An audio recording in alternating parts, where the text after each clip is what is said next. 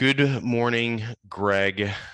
Morning, We sir. are covering a topic that we are sort of, I guess, in the middle of, in the belly of the beast, experiencing, so to speak. That's so true. So, first of all, I guess, thank you if you're listening right now and for tuning in. Please share our stuff with any of your friends that you've, any of the episodes that you find interesting. We had to take a little break because what we've been experiencing over the past 6 weeks is a extremely high op tempo. Which we're used to high op tempo, but when you couple the high op tempo with lengthy trips, Yep. it starts to build. Not just because of there's a lot of time traveling, which means it's time not getting stuff done, but it's just physiological stress on your body, constantly changing time zones, and then having to maintain a lot of output on stuff. So high energy for days at a time, followed by travel to the next place and do the same thing. But we wanted to talk about today, kind of about adaptability and resilience, but Yeah. in a manner in which how we address it, because there's a lot of information out there that, although is well intentioned, is I would say inaccurate to poorly articulated to just plain wrong and stupid. Like it falls in there somewhere, right? And so I kind of wanted to discuss that today, and I wanted to throw to you to kind of first start off with what we mean when we talk about adaptability and resilience, and where we're going with this, because this is coming in from not just experiencing when you're at a high op tempo or something, but how do we transfer that into a training component, and what does that mean on the outcome of it, right? So there's a lot of information out there. It's Yeah. typically either it's typically described in a clinical sense for the purposes of therapy. That's not what we're really getting into. Nope. We talk about it just in terms of performance and then training for the real event kind of thing. So I guess that's a good way to start framing the discussion, and it's important to everyone listening. We're kind of in the middle of that, right? For ourselves, Yep. our company, you know what I mean? And for us operating. So it's a perfect time for us to talk about it. So I'll throw to you to kind of lay the groundwork and give some definitions from our perspective, I guess. Yeah. And so let me go clinical for just a few minutes, but remember, it's still going to be exciting stuff. So what prompted that is Brian and I, after being on the road for this 6-week period, made a couple of minor league errors since Sunday. But also, we've been nipping at each other like little dogs, because what happens is that the fact that we have to understand that resilience is our ability to stabilize our equilibrium. And even though every one of us is born with resilience, we're not born with adaptability. So adaptability is a learned trait. And the good thing that we've learned is that these signals of fatigue, these stress fractures that Brian and I have seen since Sunday without slowing down, have manifested themselves to the point, like even me stuttering here, that we have to have some recovery time, because there's not always just bad stress. There's good stress too. But what's happened is we've had to draw a line on the wall and say, okay, we're taking Friday and Saturday off, and we're going to go do something completely different before we leave on Sunday for the next trip, because then we go another 3 weeks of I don't want to use the term balls to the wall, full out. I guess I just did. You just did. 100%. But what prompted the discussion, Brian, was a conversation from a young copper that was talking about, we got to sit down and talk about serotonin with the cops. Stop for a minute.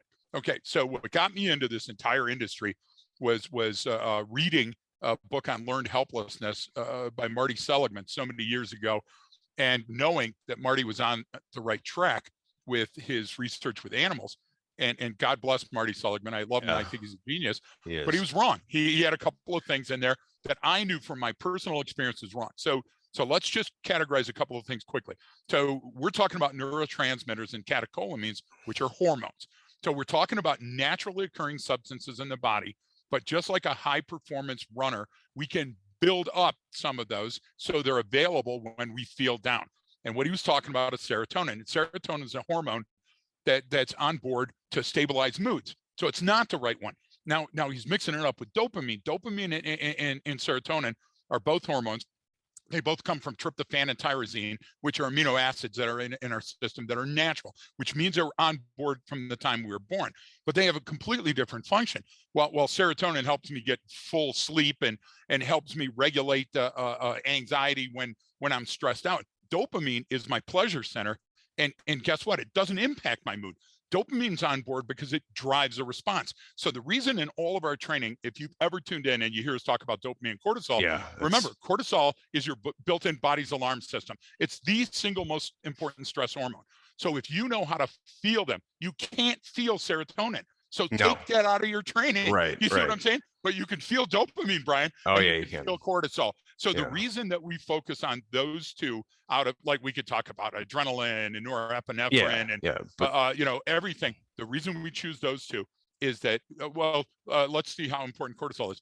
It builds our immune response. So to go back to your beginning argument about stress inoculation, if you want to inoculate against stress, prepare your body against stress, you have to bring cortisol in. What does that mean? That means you have to accept and expose yourself to stress. That's what we do in the training. So I just wanted to make that clear, because anybody that starts off at serotonin is a person that read a number of books that are out there in the market about self-help, has no idea that serotonin isn't going to help you get where you need to be. And you said, and when we talk about some of these things being wrong, this is how I would describe what we mean by that. Tell me if you agree. A lot of great researchers or doctors or studies have been done where they get great information, right? So they create all this data and really explore a subject. But then oftentimes you find out that kind of their conclusions, although they seem intuitive and seem like they make sense, or the conclusion about it is wrong. Another example, like a lot of the stuff we talk about Grossman about, found some great data originally stuff about training. And when he goes back to the Civil War fighter who was just jamming wads into his rifle and never actually fired it, or didn't fire it properly, never actually killed anyone, and he says, oh well, this has to do with the human aversion to killing other humans. And we're like, no, that's a shitty training. They didn't have good training back then. Their training was terrible. OBE. So they convinced that they're firing. They actually thought they were firing the weapon. That's the thing, is like that person wasn't doing it subconsciously or unconsciously going, I don't want to kill another human being. They literally thought they were doing it. At the same time, you'll see someone fire a weapon, or they think they're firing and they're really not. Like, they're going through emotion that now they weren't able to. They didn't get enough training to operate at whatever level of stress that they were at, a level of arousal. They become overwhelmed and just aren't putting. So it was a function of training, because then as training got better, it got that a lot of those problems went away. Spot on. Add to that over reliance on external material solutions. For example, of course, fighter pilots losing touch with where the ground is, and executing a maneuver and burning into their ground. They were convinced where the horizon was, so therefore their brain was operating on that information. So those musket balls flying, you're in a kinetic, frenetic situation. You're convinced. And look, if you believe auditory exclusion, then you believe the fact that guy actually thought he fired his weapon. One has to go with the other. So you brought up a great thing. So a human survival trait, like resilience, that's on board to everybody. Physiologically, psychologically, it's there so we can survive little failures, little losses, mistakes, because the group with which we call it a tribe, the group with which we are embedded in, Brian, has to learn from watching other members of the group. That's why there's the SME in the group for hunting, the subject matter expert. And the kids watch them hunt and then see them dance around the fire, and they learn. Okay. And so hormones build up to release dopamine, the pleasure center, when they see them going out for the hunt, because we know the hunt means food. It means I'm going to get laid later. It means all these wonderful things. So if we can't be learning, if we don't learn, if we can't be learning, that's a product of the Detroit school system right there, by being exposed to the group, then we'll fail or succeed on our own. And that's not good for the group. Do you understand what I'm saying? The outlier that succeeds on its own, eureka, doesn't help the team survive. Well, therefore it's suppressed. It's a suppressed and you just trait. you just get the actions of cortisol, dopamine at a physiological, psychological, and sociological level, right? So physiologically, I'm going to get a reaction when I get told I did something wrong within the group. So if we have the group, Greg, we're at the tribe, and you tell me, hey, you messed this up and it screwed us, man, I get that cortisol response. I know everyone listening right now knows what that feels like. The little, oh man, I did something wrong, pit of my stomach. And our mirror neurons. So I'm running late. Other members. Well, that's what I'm saying. I feel that physiologically, and then now psychologically that affects me. Oh my God, I let down the group. I was late for this meeting. Everyone had to stop and wait for me. And everyone in that group sees that. One, they're upset. I'm reading that. They're getting physiological reaction, but they're also learning, right? And those mirror neurons, like you said, they're looking at me going, I've felt that before. So now they go, hey, Brian, we're going to show you how to do this right so that you don't affect us negatively the next time. Now, when I get that, that's when the dopamine comes in and I go, okay, I did this here bad, but my group helped me out, showed me what was right, good, and now I know how. Now, simply because of that, I now want to do it the right way every single time. The way they told me is the way I'm going to do it, because now I get that dopamine again and again and again and again. And the better I do it, the more dopamine I get. So that from those perspectives is why, if you've been to one of our courses, why we take it from those very big buckets of psychological, physiological, sociological, and then we stick to the cortisol and dopamine, because it's like the same thing. It's like I need to have that, is those two. If we're going to rank the importance of these, especially in what we're talking about, those would be at the top. They'd be equally at the top. I think they'd be tied for first, right? Exactly. So listen, having one member of our team or our tribe under stress or feeling anxious is unsustainable, because it's going to hurt the entire tribe over time. Yes. So we're either going to kill it in its crib. There's going to be a thing called divorce. They're going to drive that person out, or guess what? They're going to educate him to the level that he needs to be at. So high functioning teams understand resilience and adaptability are two sides of the same coin. Now, resilience and adaptability are things that we learn to be better at. So it's just exactly like running or lifting or eating well or anything. If we understand them and we accept, look, if we say, I'm going to cut stress out of my diet. One, you're stupid. That can't happen. I don't mean stupid like, I mean clinical stupid. You're a fucking idiot. Because I read those things online all the time. And they say all you got to do is, roll with it, hang in there, baby. The platitude. There's what you're talking about is the avoidance, and that doesn't help anyone or anything. Like to say, this is how counterintuitive. Well, that's the thing. It's counterintuitive to how we're wired. So why would you do that? And now I want to real quick, because we're already talking about it, is give kind of a quick a definition of adaptability in the sense that we're talking about. And I would always, you see, I kind of describe it as, look, everyone has what we call or refer to as like file folders, like experiences. I look at something, oh yeah, I've seen that before, or maybe I haven't seen that, or I was close. Like, we have our own experiences, life, some more than others. Doesn't matter how old you are, what experience you've got some. And so the idea is, rather than having to learn, let's say I'm going to a new environment, I'm going to a new country, I've never been there before. I can study for days, weeks, months, years, all about their history and culture and traditions and what I'm going to see there. And yes, that will inform me. But what if I don't have that time? Let's say I just get picked up and plucked into the middle of nowhere. Well, what I have to do in order to be adaptable in that new novel circumstance, I have to draw on my own experiences and use those as a comparison to what I see. Okay, this is new. I've never seen buildings built like this before, but those are likely stairs, because I've seen stairs before. Maybe they aren't up to the same code that I'm at, but I know what that is. This is something that I can experience. So it's, when we mean adaptability, it's how do I draw on my own experiences and then conceptualize that in a new novel environment? How do I draw on that to go, this likely means that. Now I can sense making problem solve, because I can't train myself, or I can't train you, Greg, for everything you're ever going to see in that new place. And it's not possible, because it's unnecessary. Listen, we can't work 1,000 years into the future if God, Buddha, Vishnu, Allah, and our bodies and brains were set up for the now. We have to have a future compatibility. In other words, if situations change, if there's global warming, if there's a war, if we can't adapt to that, then our species will never grow and it will never flourish. It's not just survival, it's flourishing. It's making houses, it's building cities and pushing your kids out to do other things. And that's where, historically, look, we're doing ourselves a disservice with all these gosh damn apps. And I'll tell you why. Families that had to live where they had to read to grandpa or grandma because grandpa or grandma couldn't see anymore. And then mom would always walk by and say, see why I told you to eat those carrots? You don't want to lose your vision and end up like grandpa or grandma. Now, same thing, okay? Having to chew up the food or having to feed baby food to grandma and grandpa when they get very old.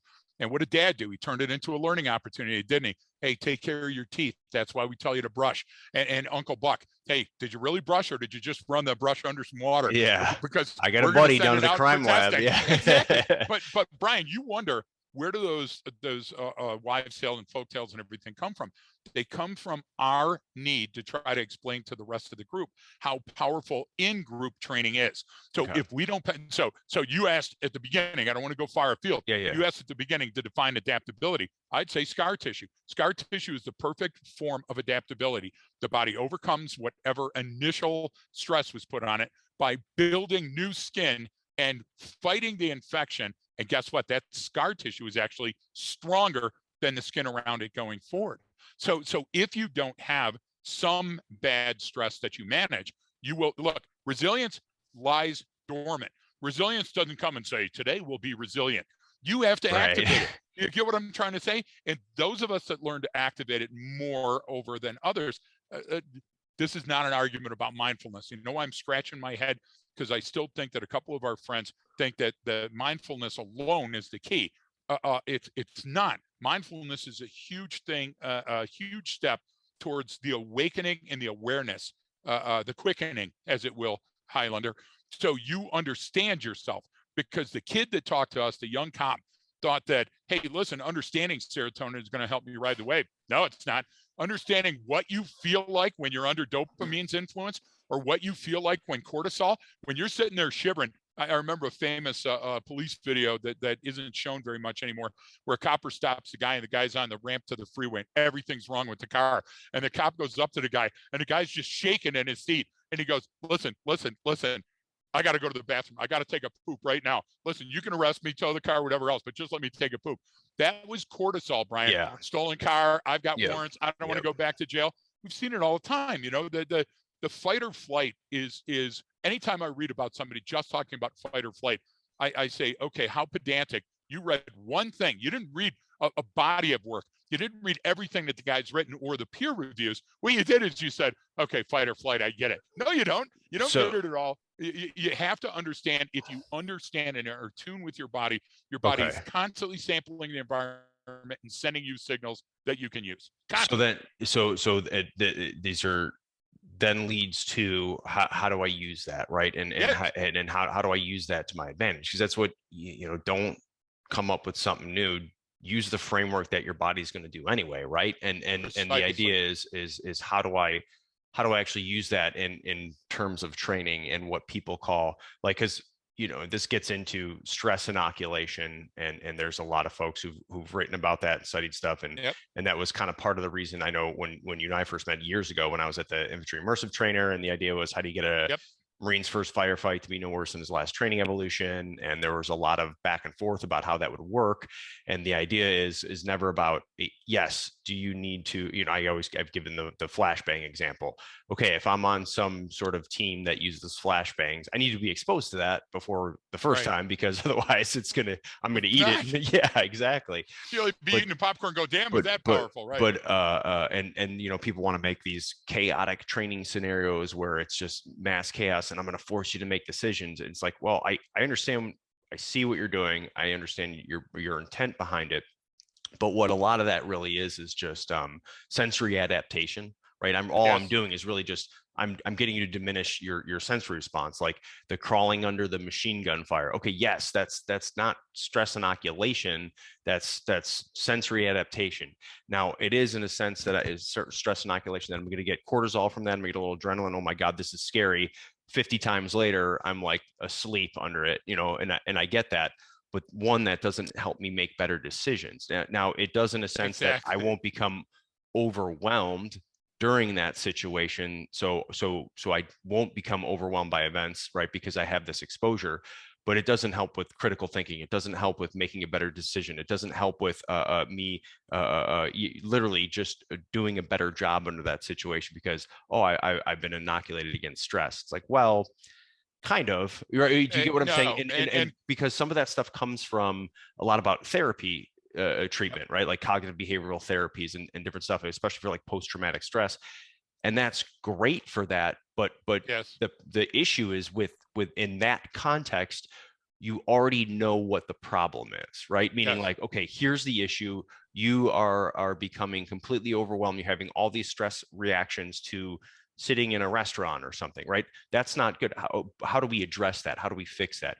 But that's yep, very different than going, how do I become more adaptable, right? Because if it's within a defined given context for the purpose of therapy, it's easier because it's simpler. It's not yes. when it's just, how do we train for some event that I'm maybe see, but it won't be quite like we do in training, but it'll be kind of close and it won't happen exactly how, like, it's just something new and novel. How do I do that? So that's kind of what Yep. we focus on here, right? And so I No, want to kind of, that's what we do in training. When we right. talk human factors, we spend time on that. Why?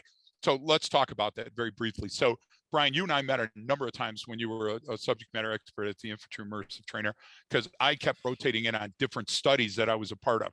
And you remember on the small unit decision-making study, Yep. that's where stress inoculation came up. And I'm a staunch advocate that it doesn't work that way, because Well, the and I would reason say, they were, I want to go clarify ahead. my Yeah, statement. yeah. The reason I'm saying that is because the response they tried to trigger was getting all your stress all at once. Yeah. And God, Buddha, Vishnu, Allah doesn't want you to get all your stress at once, because we crack at a certain point as humans, Yes. or there wouldn't be a thing called post-traumatic stress. So Yeah. even after the stressful event, we still show those fissures. And sometimes it takes up to 2 years, and some people never come back, and some people commit suicide. So what am I trying to say about stress inoculation? If you were going to give somebody a little bit of a disease to let their natural cortisol levels fight it, that makes sense. But if you're giving it all at once and showing the most traumatic thing that you'd ever see in your life, and you're saying that the more I repeat that, the better you're going to be. No, all I'm going to do is fidget every time I hear an explosion and I hear a Yeah. gunfire and everything else. What they were doing is they were trying to ramp it up. And you remember the demonstration I'm talking about, where the RPG attack and the small arms attack and the mine Person goes off, comes the guy out lost his flipping leg. the Do you leg and remember yeah, that? yeah, And yeah, yeah. okay, so what happens, Brian, is there's threshold violence that your brain starts shutting down to. Like Yes. I tell you, I can't watch these new films that are coming out. There's three at the top of my mind. I'm not going to give them the credit and naming them, that are so horribly violent. The other day, you and I got up at 3 a.m. to make the drive to the airport. Yeah. There was the latest movie about Haddonfield, the killer, Jason Voorhees, right? With the, or is Yeah. he the? He's the What's Halloween. No. yeah, Oh, Halloween wait. is the one I'm Yeah, thinking about. yeah. So it was a Halloween, like the latest version, and everybody in it was old. Even Jason had gray hair, right? They showed so many ways of dying and horror and everything. Brian, after a while, you start to assimilate to those, because it's small, subtle changes over time. Your body sees that as reality. It doesn't know the difference. And then you build up this resistance, a tolerance to it, which means that Hollywood doubles their efforts to do the effect. That's not what we're talking about. And just taking a break and saying, and sitting with your legs crossed and facing those, that's not enough. You got to go back to G. Gordon Liddy. You got to do the will. He was afraid of rats. So he hunted down a rat. He killed it. He cooked it and he ate it. He was afraid of lightning. So he lashed himself to a tree in a lightning storm. He was on the right track. He was a little extreme, he was a little Brian. extreme. Yeah. We're not saying that. No, But what I I'm trying to say is those exposures are what build the scar tissue but that create the link between adaptability and resilience. So, but that gets into the training aspect of how do you do that then? Because a lot of times, like I've seen before where people will say, hey, if you ever get in this situation, it's going to be the most difficult situation in your life and it's going to affect you for the rest of your career. And you're like, well, yeah, it is. You know why? Because you're fucking training me to think that way. Like the idea is the difference. You even put the idea in my head. Exactly. That now you just set me up for failure when you did that. But if I come in like, look, this is something that we have to train for. It's unlikely you're going to see it, but at the same time, you're in a profession or in a role where it could happen far more than if you were, working at a bakery, So here's here's the tools we use to handle this situation. Here's some of the key concepts that work no matter what situation you're in, but you're going to have to rely on that more here. And here's how you would rely on that. And after the fact, man, you're going to feel a lot of wild stuff, and you're going to be tired and then hungry and then angry and then what's going on? Well, guess what? That's totally normal. And here's how you do it. Like, if you approach it as there's no difference between me getting up on a Sunday morning, walking out, grabbing the paper and reading it and having a cup of coffee is I almost have to look at it that way. What are the things I need to do? Well, I got to make sure I put my slippers on. I got to make sure I'm not naked, because now the neighbors can see me when I'm out there. Like, it's just if we keep making the distinction too much between fantasy and reality and training and reality, what it is, then we lose it. We have to break that down, because your brain doesn't need to know the difference. So the idea would be not that you become some cold, emotionless, I can handle this. It's like it's whatever this chaotic event didn't affect me as much because of that training, because of that rehearsal. So let me throw two quick things at you. One, Friday and Saturday, the reason we're making such a big deal about it is you're doing it wrong, listener. If you're listening to us right now, I'll show you how to do it right. What you do is you say, I'm going to go to bed early tonight because I haven't been sleeping well. Yet you lay in bed and think about that project that you took the time off of, or you have your phone next door and you answer text. That's not the same. That's where I am a huge advocate of mindfulness, because you have to reduce some stress. You're never going to reduce all the stress in your life, but you have to reduce some stress. We'll break it down to even, I would say, just arousal before you get exactly. Lessen the arousal, or you're going to be tuned on even though you're in a dark room trying to sleep. It's two different standards. Yes. Second thing is fantasy and reality. And I still want to write a good paper with you and I and John Tommaso, because a lot of these places are doing it wrong, Brian, and nobody's listening. So, folks, I want you to hold by the barrel and by the slide, by the upper part of the frame, not the lower receiver group. I want you to hold a 1911 45 style weapon. All 45s built on that original frame. So whether it's a Springfield or any of the weapons, what is that, the Kimber that makes those, I want you to hold it. So here's the muzzle. I'm holding the muzzle face down. And so up here would be the trigger. Here would be the grip. Here would be the magazine. If you look at the bottom of the magazine well on those original weapon systems, you'll see a little channel, a little L-shaped channel that's made a rectangle that's made out of metal. And what that's called is the lanyard loop. Mm-hmm. And what goes on that, look back in your history book. If you have an encyclopedia or Funkin' Wagnalls, look at it. If not, I guess go to Google Images and look up what a lanyard is. Now, Brian, I've got a bunch of devil dogs sitting around in a circle, and I take a knee in a group and I hold my 45 just like that. And I go, that's called the lanyard loop. And a lanyard was a thing that connected that to your uniform. Some of you remember on guard duty that you had those, and I get some nods. Yeah. And I say, the reason that fucking thing is there is because one day you're going to get blown the F up and all your shit's going to yard sale and you're still in the fight and you're going to have to walk down that lanyard to find your gun and defend yourself. Now, that message right there, if you get where I'm going, and I'm not belaboring the point, but I would act that out while I'm on a knee and everything else. So pay attention to when you're on. Okay, that alone, Brian, is a valuable lesson. It creates a file folder, and those Marines go, holy crap, I didn't know that. I gave them a piece of history, showed them lanyard, said this might happen to you. Or I can have you walk through a door, blow you the F up. You get what I'm trying to say? Pour pig's blood on you, kick you in the balls a couple of times, and say, now grasp for your weapon. What I'm trying to tell you is your brain releases the same electrochemical neurotransmitters in training for putting on a tourniquet. You don't have to go to the morgue and watch somebody bleed out or do it with live tissue samples. Now, if you do that, that's great, as long as that's not where you start. If you want to build up from your rehearsal to the emergency room and then live tissue sample, that's fine. Your brain will assimilate that and you'll get stronger, smarter, and harder to kill.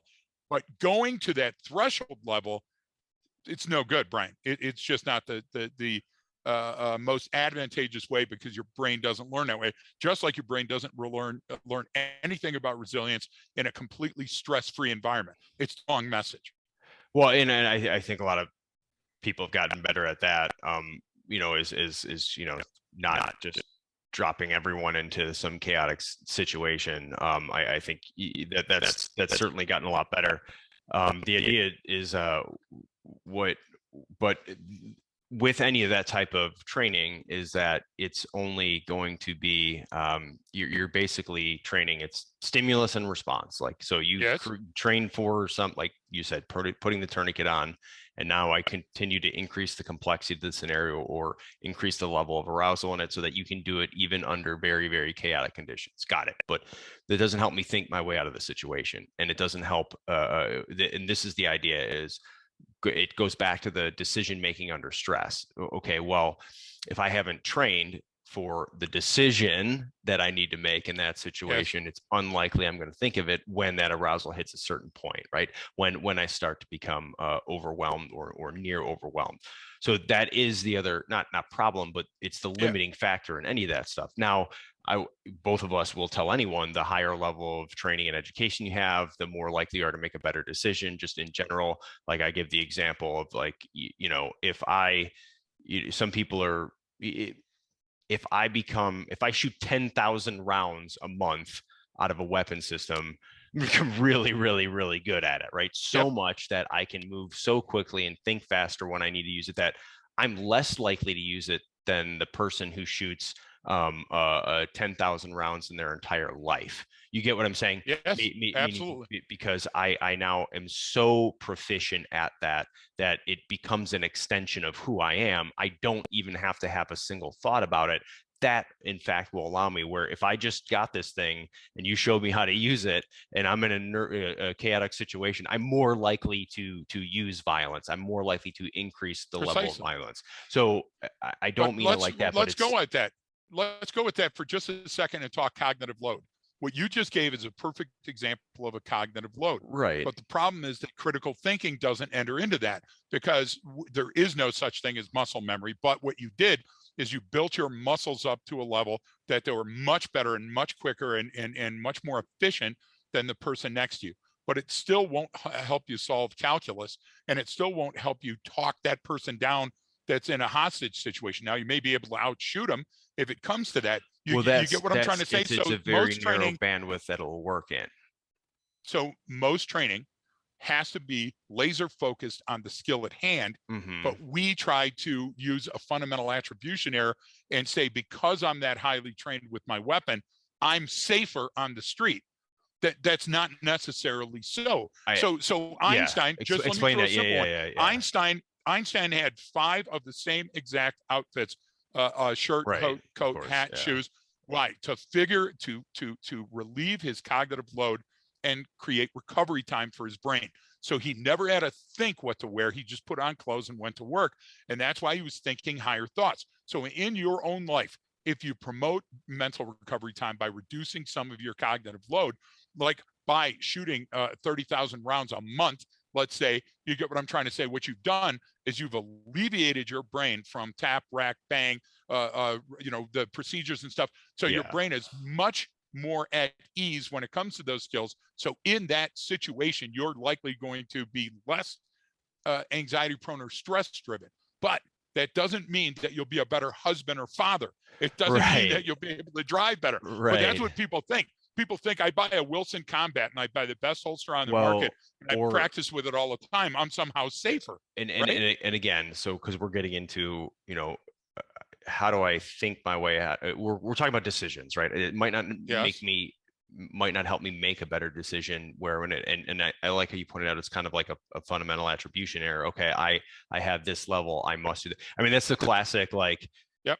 hey, we got someone from the military to comment on this situation. It's like, so you were you were in a non-leadership role at a tactical Yep. level unit. Yes, let's hear your Yep. thoughts about Russia and Ukraine. Like, okay, but Right. that's kind of I think what you're alluding to and what you're getting at. And so, how do we fix that? And what does that mean?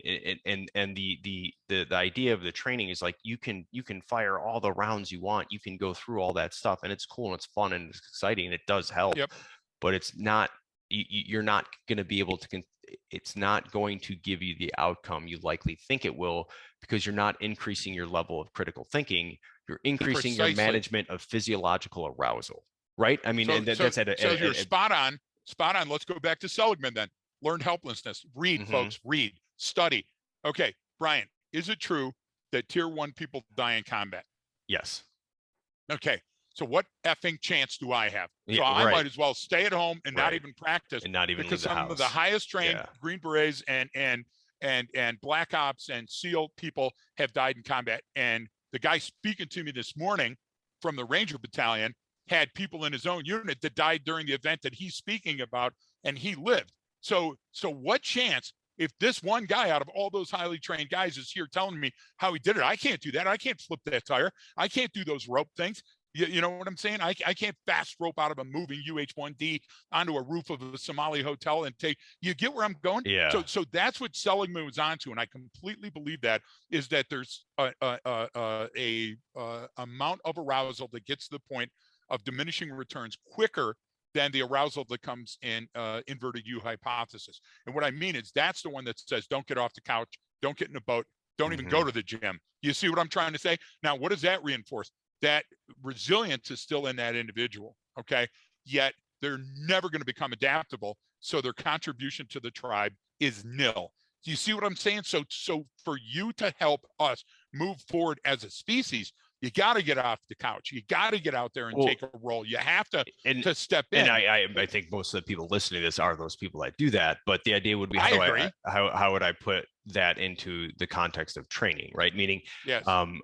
It's how do I reinforce a decision-making process, an adaptability process, really, because that's what it is how do I take, it's my argument. But that's what I'm saying, is how do I take that and conceptualize it into something that I can do every day? And I think it's often becomes people overthink it, where you and I are the ones doing. That's what I'm talking. How about a 5-minute discussion before you go outside? I mean, what do I talk to the insurgent about? Yesterday, to take her to her, she started not just gymnastics, but a new program, but her this little cheer camp thing they have here, because she loves gymnastics and jumping around and dance. So she gets to go learn how to do this stuff. So it's like, okay, do we have this? Did you fill up with did you get your water bottle ready? Okay. You haven't eaten since lunch. Are you hungry? Well, no. Well, why don't we eat something now, so that you have energy during this, and so you're not starving? Okay, that makes sense. Did we have all this? All right, remember when we get there. So this was a 2-minute conversation that she was able to get everything she needed to do, get to the car on time, get dressed on time. I drove her there, dropped her off, and she had a successful outcome. So the idea was, of all the chaotic things of getting her from school to here in time and making sure she's changed and making sure she's at the link up point, was alleviated by a quick 2-minute conversation.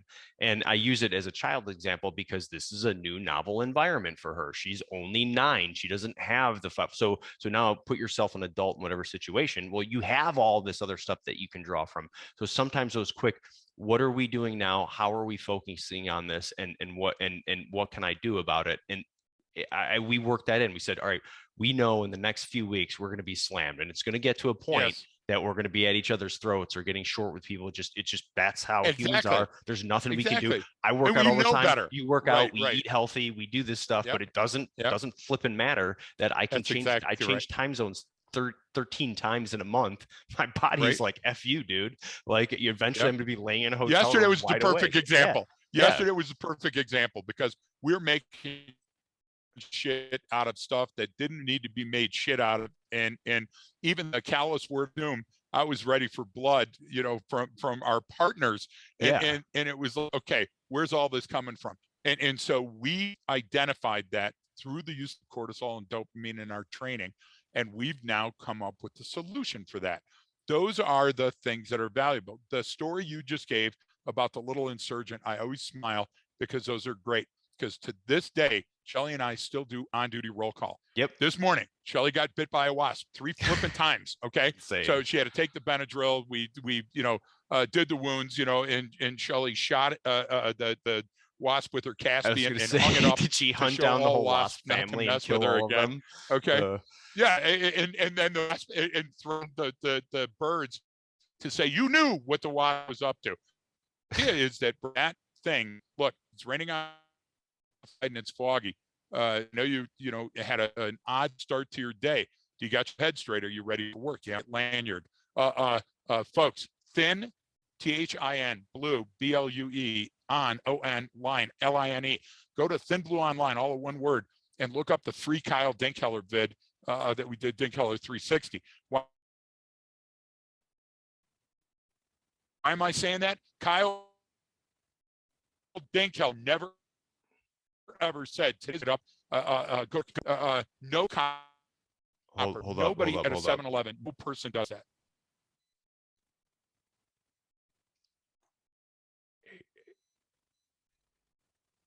Hey. You froze. Yeah, Greg, you got really bad internet connection.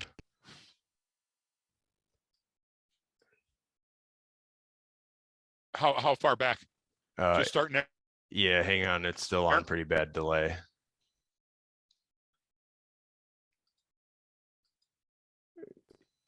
Okay, let me take my screen down and do it.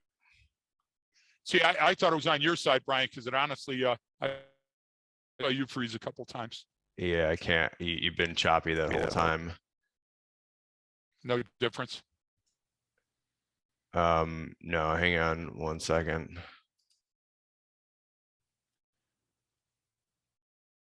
Okay, can you good now? Can you hear? You sound loud and clear, buddy. How about Okay, me? yeah, you're good now. So I would say go from Keller? yeah, we say go you went through and said, hey, go to Thin Blue Online and check out the Dink Keller video. Then just restart. So just from right now, you just said that and just restart from there kind of thing. So there's no copper, Brian, that woke up this morning saying, hey, today is the day that I might die. I'm going to go out there in the street and get gunned down and not come home. There's no 7-Eleven clerk or librarian that said that. There's no person walking their kids to school saying my kid may get hit by a car at lunch on the playground and I'll never see him again. And you know what? Part of resilience, adaptability in that loop is we have to consider that. Resilience is on board. It's part of our brains. So if we also understand to become adaptable and take a knee and go, hey, your lunch is in your basket. Make sure you're paying attention and look both ways when you cross the street. That's what we're talking about. That's training. That's a long-term training and education strategy that works. And you're going to make your kids, you're going to embolden them to make better decisions, and you're going to save them from getting squashed. But at the same time, and I don't mean I mean, but you also have to understand one day you're going to walk out and a meteor split and a comet's coming to the ground and you're going to take a left instead of a right and you're going to get killed. Why do we have to do that too? Because if not, then I go back to the example of the most highly trained SWAT team in the world guy gets killed. What chance do I have? You have to balance that in your brain a little bit every day, Brian, to get smarter and stronger and understand your world. Then you'll be safer. Only then. Yeah, and like you're just saying, like working those little 5-minute discussions every day. I mean, that's I've talked about it before on here. I have like one thing that I'll focus on for the house with me and the girls who work on or do, whether it's turning on and off lights or picking up things off the floor, or Harper with her darn damn fucking shoes. Excuse me, shoes everywhere. I find a pair of shoes. She's gonna watch this, by the way. So she's gonna hate you now. How did these even get out here? Gosh damn shoes. So it's like those little things. Hey, when you take something off, like clothes, just take it off in an area where you can put it away right away. Oh, okay. I see what you're saying. Hey, stand here so you can throw those dirty ones right in the hamper. Oh, I get it. They don't have to go all over the room. But meaning those little things you can reinforce every single day. And I always bring it back to family stuff because this isn't work. It's not only in this situation. Hey, when you're on the objective, no, when you're at 7-Eleven, when you're getting your mail from the mailbox, like it's everything. And that's the actually being the opposite of overwhelming yourself and being hyper vigilant. Like I know when I walk down to get to the mailbox mail, it's unlikely I'm going to get into a gunfight. You get what I'm saying? It's highly unlikely, but I'm still using the same skill sets I would as if I was walking into a likely scenario where that was going to happen. And that's the whole thing. It allows you to come in and out of that. For us, even talking about the performance stuff, like we talked about this 6 weeks ago. Hey, this is going to get crazy. Right. What can we do right now when it's not crazy to mitigate that? Okay. In the moment, what can we do? You know what? Let's not go slam a bunch of beers and have a big meal tonight because as much as what do we do? We went to work out and we went to bed. That sounds great right now, but why don't we wait till we're done with this, because that's going to screw us for tomorrow, kind of thing.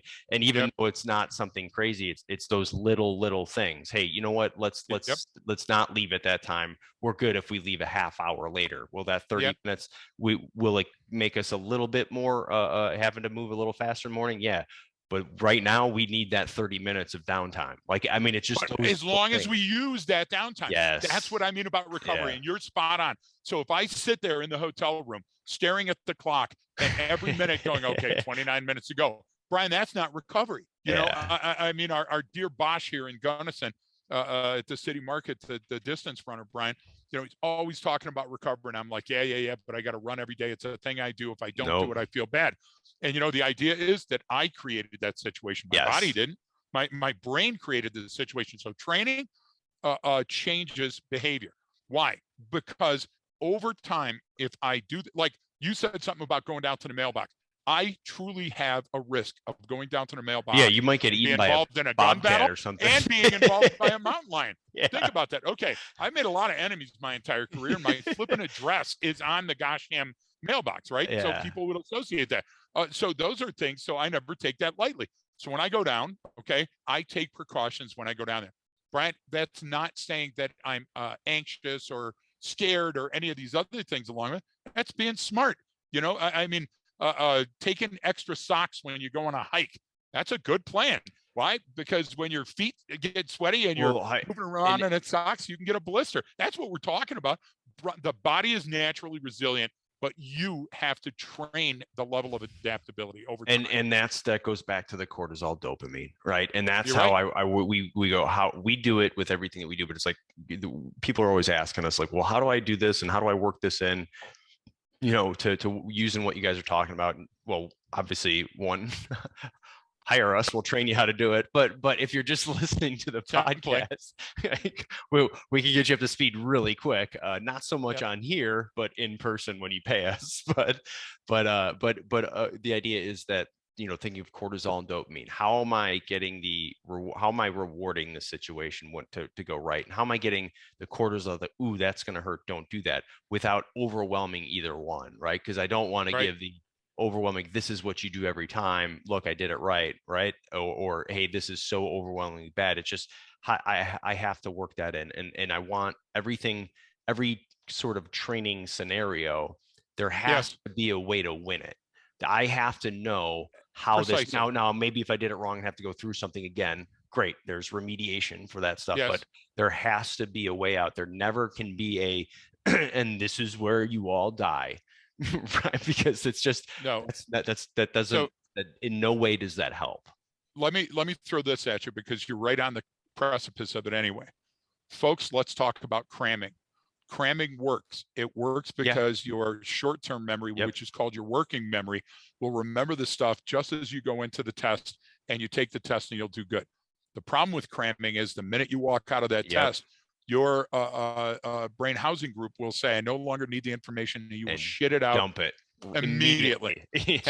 So training fights that. So I'll give you an example. Brian and I just had to go through our renewal for our security clearances.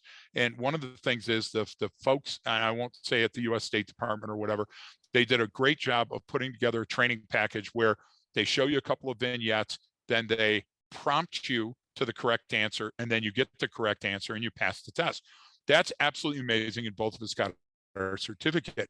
But I couldn't tell you today any of those instances, because what happened is they gauged your learning for that moment in time to pass that test to be a check in the box. It's fine. You're doing a good thing. Yeah, but you're not teaching me long-term a strategy. Yeah, exactly. So what we've been trying to do, and again, I'll throw it to Thin Blue Online, not that it's a sales pitch for them, Brian, but the reason that we're talking to them and going to Milo next week and doing all the stuff that we're doing behind the scenes is exactly because training has to be a lifelong thing where we're influencing how we make better decisions over time, and we don't have to relearn. Why do you think we're talking about institutional memory? So we don't have to relearn every time there's a new person in the tribe. We don't have to go, okay, how do we start training the next young insurgent? And I'm hoping you'll have one soon. But the idea is that, think about that, Brian. Training changes behavior. There's no better thing in the world than to influence the rest of your life by making better decisions, by seeking out good training.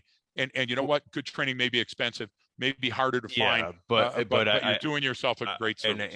And like your phone is training you how to behave, and that's what we mean when every we day. Get a poach about take what we define as training. Like everything you're doing is training, so you're already doing it anyway. So what's the result you want, right? I mean, that's and start with one thing at a time, one thing a day, a little thing, Brian, and you can make the difference. I love the example you used about the mailbox. So later today, when I'm talking to somebody else, I'm going to use that example. Hey, something as simple as going to check the mail could be a death sentence, but it doesn't have to be. Just increase and don't get to the situation awareness, folks. Stop the over reliance on that. Look, I had to use those terms 40 years ago to make a point, 30 years ago to make people safer, 20 years ago to get them ready for combat. That's not the end all be all. That's where you should be all the time. That's homeostasis. And that's exactly when that kid was talking about serotonin. Yeah, okay, now we're talking about your homeostasis drug. That's the everything's okay alarm, Brian. yeah. Everything's okay. Everything's okay. We're not talking about that at all. We're talking about building your adaptability to new and novel situations by training now for an event that either is going to likely occur or is repeating in your life. The way I kind of look at it is, you know, I ask myself, how do I apply what I already know to this new novel experience so that I don't get overwhelmed, right? So what or it is, I don't have to repeat behaviors. Repeating behaviors is inefficient and waste calories. So I'll agree with you, but it doesn't have to go to the level of being a survival decision. No. Well, I'm not talking about even a survival situation. Okay, this is something new. Do I have to now get on the Google machine and then get on Amazon and order a bunch of books and sit there researching something for hours? Or can I go, how do I apply what I already knew to this new thing and see if it works? Because not only does that, but that allows me to become more confident in building on my own competence, my own experiences. And it also allows me to maybe mitigate having to do a bunch of work, or it allows me to focus on, you know what, for this situation, Greg, I got to go learn how to speak Chinese because I don't know how to, you know what I mean? I might have to identify there is a new task or new thing I have to learn. Oh crap. Now I know what I need to focus on. You get what I'm saying? And that's exactly. And the reason I default to survival decisions, Brian, is everything comes down to it. So your survival in your tribe over time is going to result in you learning Mandarin Chinese. Then you'll do whatever you want. You see what I'm trying to say? And I see what you're saying is that everything, that's an important reminder. We're not talking about life or death situations. We're just saying all of this is already tied to your survival anyway. You can trace it back. Now, maybe some of it might take a little while to get there because there's X amount of steps, or some in these chaotic situations are directly right to survival, right? But the idea is it all comes down to that, whether you're being Maslow in your hierarchy of needs that you love so much, Greg, or it's still all tied back to your limbic system. So I get what you mean by you say that, and that's why I try to simplify it as much as I can. It's like the morning routine I have where it's like, hey, brushing my teeth. Hey, someone may try to kill you today. I didn't say it's going to happen. I didn't say I'm going to force the situation. It's just a little way for my brain to wake up and flip the light switch on, right? But it's the same thing. I've met you. And that's a true statement. Somebody is likely going to try to kill you today. That's true. You see what I'm saying? In my case, and in yours. Listen, if we're talking about breeding, why do we watch movies or read books or try to dress the way a person that's getting more breeding than I am? Because it's adaptation. So when I'm trying to talk about adaptability and resilience, it's a survival function, right? So go down to the root cause. And tomorrow we're talking about, listen, why am I walking in the mall today with my new Skechers, even though I'm 70 years old, Brian? Because I know that I might have 17 more days or 2 more years to add on to my life to be with my grandkids. That's what I'm talking about. You can improve your quality of life by training yourself to become more adaptable and promoting the resilience you already have. You already are resilient. You're the one that's not seeking it out and using it. Agreed. It's and that's why I always stick with what do I have available to me right now. As we know, no matter who we're working with, whatever high-speed unit or it's a private company, we have a couple low-speed units we work with too. Yeah, we do. But they likely already have the subject matter expertise and all the answers to 99% of the problems that they'll ever face. And so it's just using what you have available. And so I think that's a good way. Final thought from you, Yeah. you simpletons that are still riding on my coattails and using my stuff Oh, geez. from 20 or 30 years ago. Oh, God. Hey, either update your game or you got to understand that you're teaching people exactly the wrong direction to go. Was that a challenge for Left of Bang 2, the sequel? Part 2, yeah, Part yeah. 2 Oh, they got to on coffee tables. Unbelievable. You know what I'm talking about. You know who I'm calling out right now. Listen, life is to be lived, not to be afraid of. Don't sell stuff through fear. Yeah. All right. That's a good part. And don't forget, folks, we have the our Patreon site. You can find the links in the episode details. Please, again, if you enjoy the podcast, just share it with a friend. Find an episode that you liked or spoke to you and say, hey, I like this. This is why. And it really helps us out to get that out there and circulate the show more. And then we can do more. And again, any questions, always reach out to us, leftofgreg@gmail.com. And don't forget that training changes behavior.